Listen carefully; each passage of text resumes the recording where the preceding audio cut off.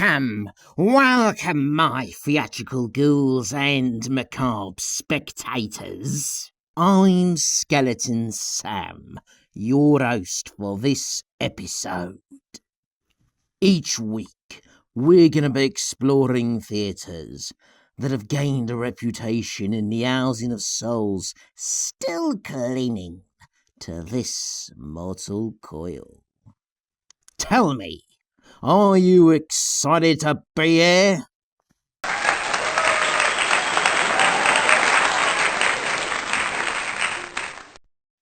Now, for this episode, we're going to be travelling to the other side of the world to look into a theatre that's located in New Zealand. But to do this, we need to travel to this location. Just checked flight prices. There's no way we'd get to New Zealand on our budget. And I hate flying. And my passport expired ages ago. When? When did the first pot noodle become available again? We don't need to book a flight to New Zealand. Yeah, you do. Not when we have alternative means. Behold! What, the table? No, not the table. The skull. I got on an eBay with that Dibbit box. Yeah, I wanted to have a word with you about that box. Not now, Karloff. I'm delivering important info. Since you gave it to me to give to my mum's birthday, she's had nothing but nightmares, and her lounge started smelling of cat piss. As I was saying, the seller of that box threw in that skull for free. And after doing a bit of research, I discovered this was the final remains of a witch. A witch called Andi LeGrand, who's been forgotten by time, but whose soul lives on in that skull. Now, to summon this witch's spirit, we need just a touch of paprika, syrup, water, and the bones of a dead cow. I hate to ask, but where are we going to find those? Luckily, Karloff picked up from the shops half hour ago these items. Jelly babies. Yes, jelly babies. Always check the ingredients on the pack, kids.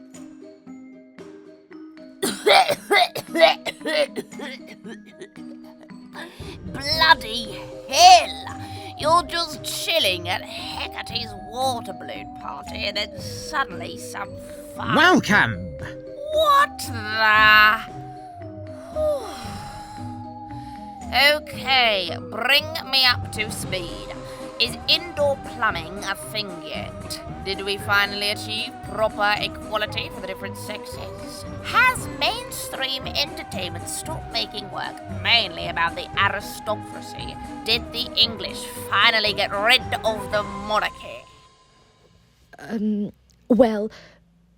The indoor plumbing was a complete success.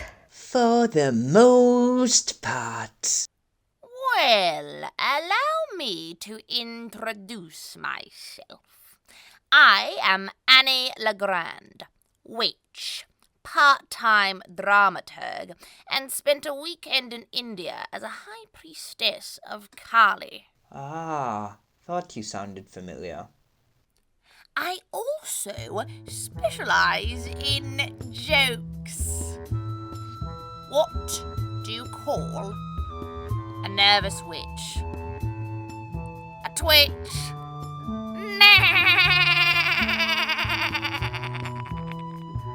For some reason my work as a comedian didn't take off. I wonder why.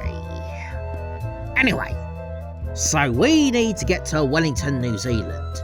Think you can transport us there? Give us a sec.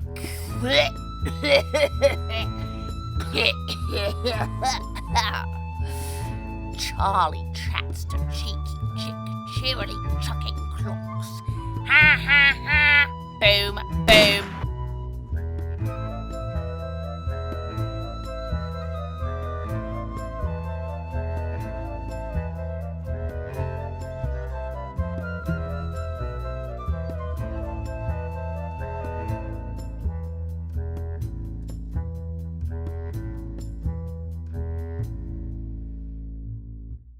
New Zealand. Yep. Ancestral home of Maori people. Pretty nice, right? Can we go to the Hobbit set from Lord of the Rings? Or the Polynesian spa? No, we're going to Wellington. This is the St. James Theatre in Wellington City, the capital of New Zealand. Built in 1912 on the site of a former Methodist church and graveyard, then it was a hall for a Grand Templar lodge in... Not those sort of Templars, Mick. Put your head and blade away. So, the site was purchased by the highly successful English-born John Fuller, who had built over 60 theatres and early silent cinemas, establishing for him and his family a monopoly over New Zealand's entertainment industry. It was in 1912. Fuller wanted to create the best new theatre in New Zealand, so to do that, he hired the architect Henry Eli White to build an up-to-date playhouse for both live performances and the fledgling motion pictures, with a capacity of over 1,500 attendees.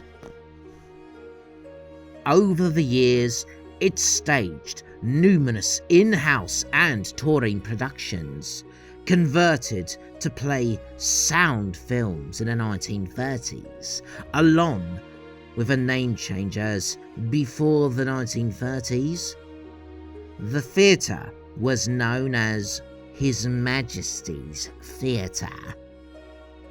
The theatre continued to operate through the decades, passing from the Fuller family business, Fuller & Sons, to the Kerridge Rank Corporation. Then, like all things, the passing of time began to not look so kindly on the venue.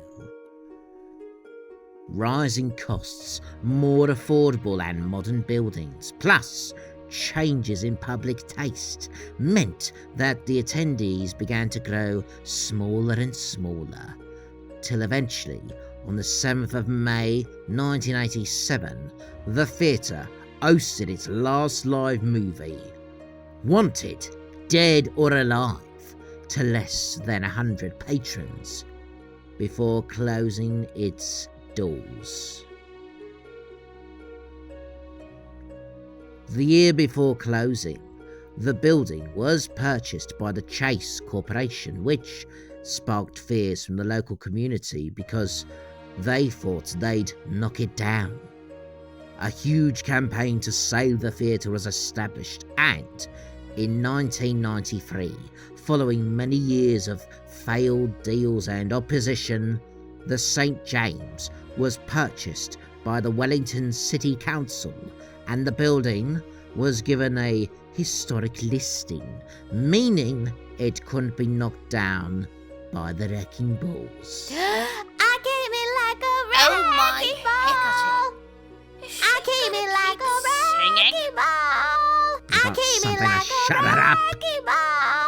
Hubda, hubda, hubda. Boom, boom.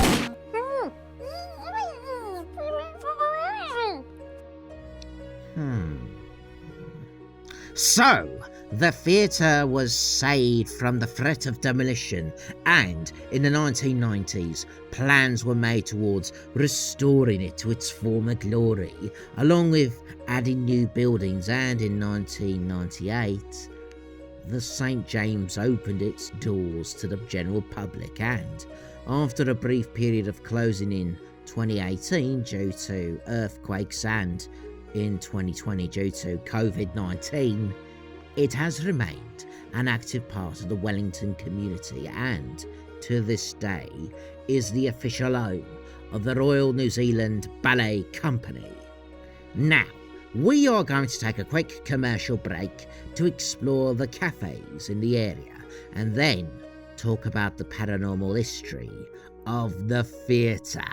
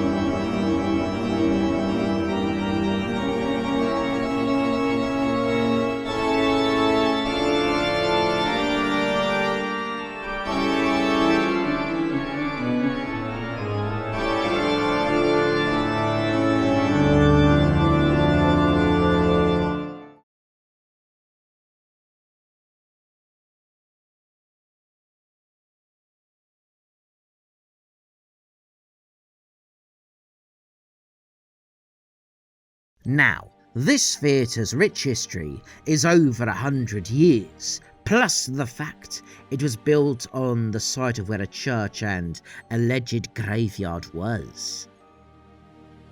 This has naturally led towards many stories of strange phenomena and ghostly goings-on inside the theatre. Now, Andi, Mick, why don't you tell our audiences about the reports of the ghostly activity? Course. Reports of strange phenomena date as far back as the 1940s.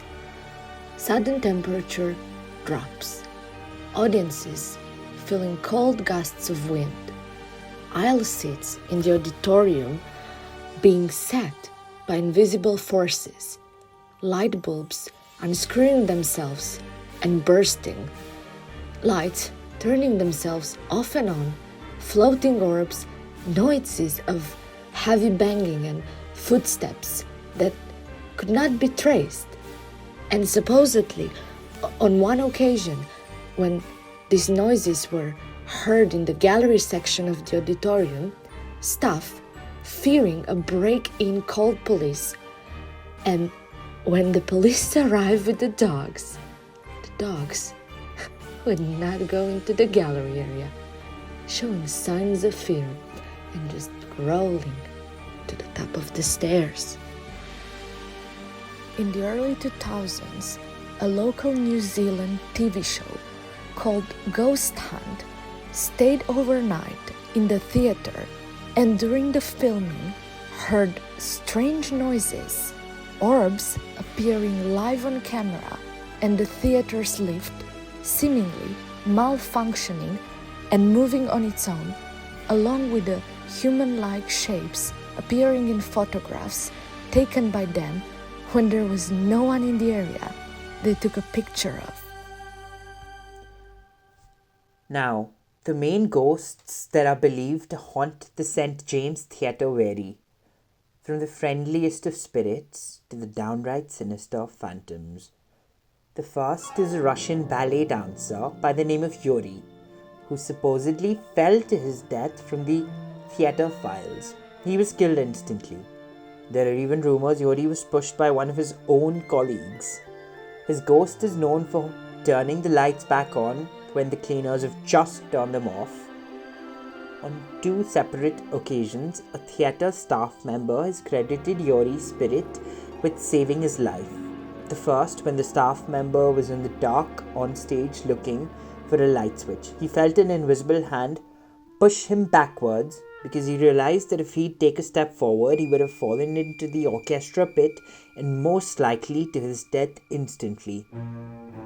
The second time Yuri intervened was when he was on stage with his family and a beam that was held up by a rope collapsed right above his head. Again, he was pushed out of the way by an unseen force and his baby was carried through the air for about 3 meters. The second ghost, known to staff as the Wailing Woman, is a spirit of a local woman who in the 1940s dreamed of becoming a star of the stage. Unfortunately, she lacked the skills and talent to make it. A bit like Karloff, really.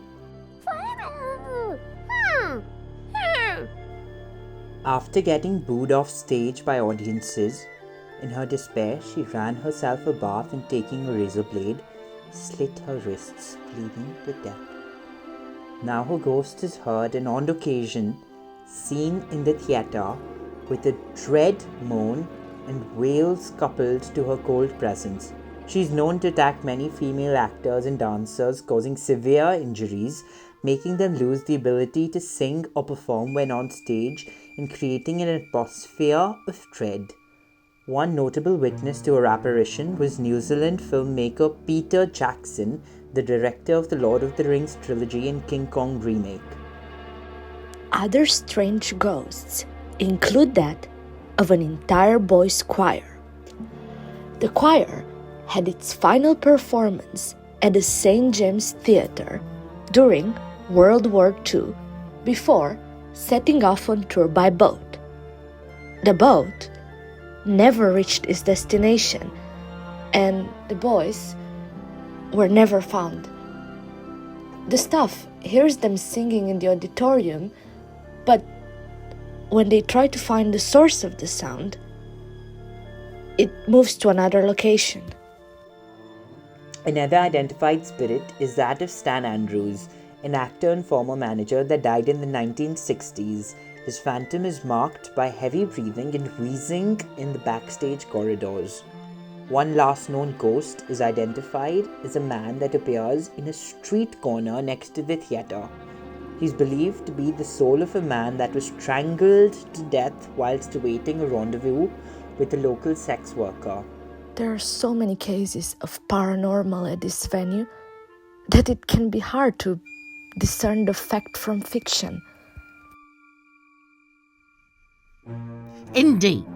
But remember, if you are a visiting performer, a member of staff, or just a member of the public, do keep your eyes and ears open at the St. James Theatre, because even if you might be alone, you might notice an empty seat next to you has just been sat in.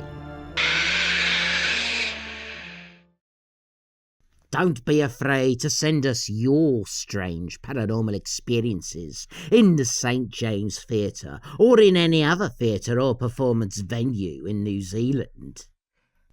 Email skeleton.sam.theatricalghoul@gmail.com, all lowercase, with your name and heading saying, "My Paranormal Experience." Thanks for tuning in.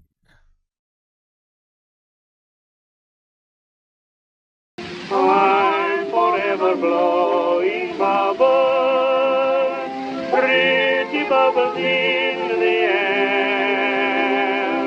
They fly so high, nearly reach the sky. Then, like my dreams, they fade and die. Fortune's always hiding. I've looked everywhere.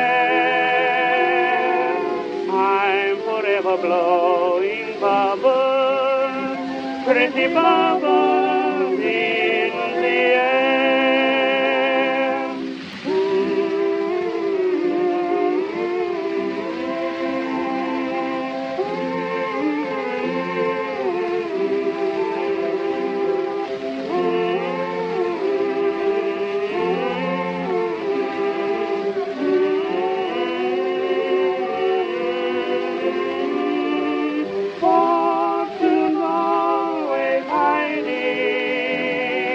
I've looked everywhere.